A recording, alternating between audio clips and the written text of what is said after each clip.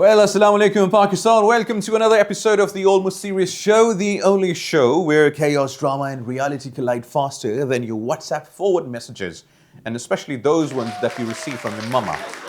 So today we've got everything. And shall we say like the PM said, Alhamdulillah, after selling PIA?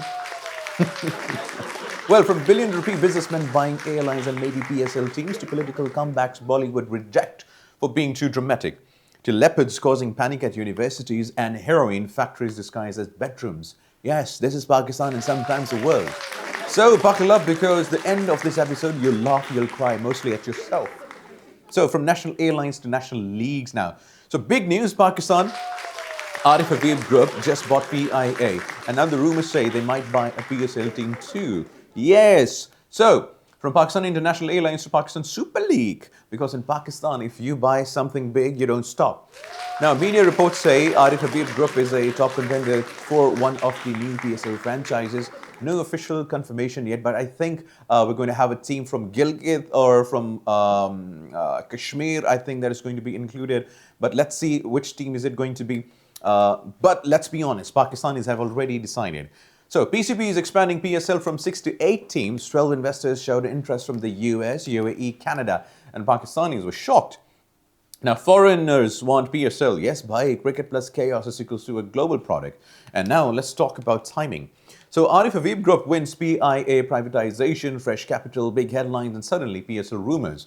And the Pakistani Awam, they don't care about balance sheets or restructuring. They just want to know one thing. Bhai, team strong होगी या नहीं, या मुल्तान सुल्तान की तरह होगी, या लाहौर की किस्मत की तरह होगी, या इस्लामाबाद के बर्गर की तरह होगी. So, PCP says bidding results will come on December 27th, final auction on January 8th in Islamabad.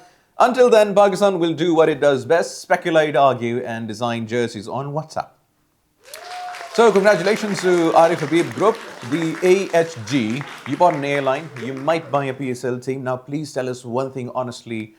Can you please pay the Pakistan national debt? Please, uncle. And honestly, okay, the question was, will the PSL team also arrive late or only the flights like the PIA? And maybe exile, earth and election season, or the air hostesses are going to come and then they're going to tear their passports and run away? Is there any asylum for the PSL team that you're going to buy? Certain things that you want to know. So, now, after nearly 17 years in exile, Bangladesh just witnessed a political comeback. Even Bollywood wouldn't say thoda zyada ho gaya. So Tarique Rahman, acting chairman of the BNP, has returned to Dhaka from London. And not quietly, oh no. Hundreds of thousands of supporters lined the roads, waved flags, threw flowers and basically turned the airport route into a full political shadi hall. Rahman stepped off the plane, removed his shoes, touched the soil and picked up earth. Because in South Asian politics, symbolism is compulsory. Now, if you don't touch the ground, are you even serious about leadership? He has been living in London since 2008, leading the party from abroad since 2018, and now he's top contender for Prime Minister. 17 years away and straight into race, because apparently in our region, distance builds character and votes. He was previously convicted in absentia on charges including money laundering and an alleged plot against Sheikh Hasina. But those convictions were overturned after Hasina was removed from power last year. Now, Rahman's return is also emotional. His mother, former Prime Minister Khalida Zia, is seriously ill and he plans to visit her after the rally. Guys, Bangladesh is now heading into elections under an interim government led by Nobel laureate Muhammad Yunus, which is probably the calmest name South Asian politics has heard in decades. So Bangladesh enters election season with big crowds, big emotions, old rivals, and in South Asia, political exits are temporary, but comebacks are forever. Now moving on, International Islamic University, Islamabad. Wow, just proved again that it's not a city, it's a National Geographic episode with Wi-Fi. A leopard was spotted inside the university. Yes, a leopard, not a cat, not a big dog, a full I skipped leg day, but still chose to chase you, the leopard. Students panicked, videos went viral and WhatsApp groups went from assignment due to bhai wuzu kar lo maut kareeb hai. The university immediately shut down the campus. Wildlife officials arrived, set traps, did patrols, And meanwhile, students were indoor. Officials told people not to spread rumors in Islamabad, where rumors spread faster than the DHA Wali made. This is the videos. They also reminded everyone that International Islamic University in near Margala Hills, which is government code for bhai leopard to aayega, aap hi galat jagah par rahe ho. So luckily and fortunately, no injuries reported, no damage was done. Leopard walked into the campus, attended the classes, caused a nationwide panic, and then it disappeared. And I think it's not going to return because of the low attendance marks. So honestly, most Islamabad thing ever, right?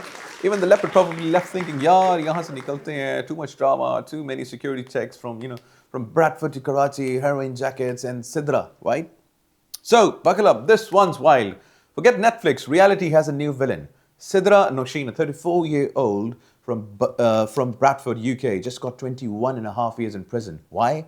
Her back bedroom was basically a heroin factory. And I'm not talking chemistry class experiments. We're talking 85 kilograms of heroin worth 8.5 million pounds. Yes, the same place where you keep your ironing board. She had scales, buckets, a wallpaper pasting table. Yes, a wallpaper. Packaging for 1 kilo deal bags. Basically, Sidra turned home decor into drug decor. And the plot thickens. Phone records showed she was constantly in touch with accomplices back in Pakistan. Sad news. Apparently, she was running heroin logistics like a CEO. Yes, we can ship jackets today, heroin tomorrow's problem solved. So at one point, she even collected £250,000 in cash from a partner in Bradford. Meanwhile, your cousin can't get rupees 500 for chai without sending, 3 WhatsApp messages. So the National Crime Agency said she looked like your average neighbor. The woman next door, the one who smiles politely at your salam. Meanwhile, she's supplying heroin across the UK. So lesson learned.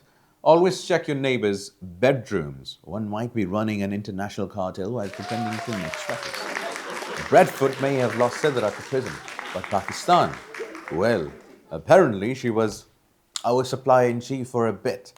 But honestly, Sidra, good luck for trying to turn your cell into another factory. They'll just call it home decor. 2.0, lockdown edition. Wow, guys, another story from Bangladesh, which finally upgrades after 50 years. Right?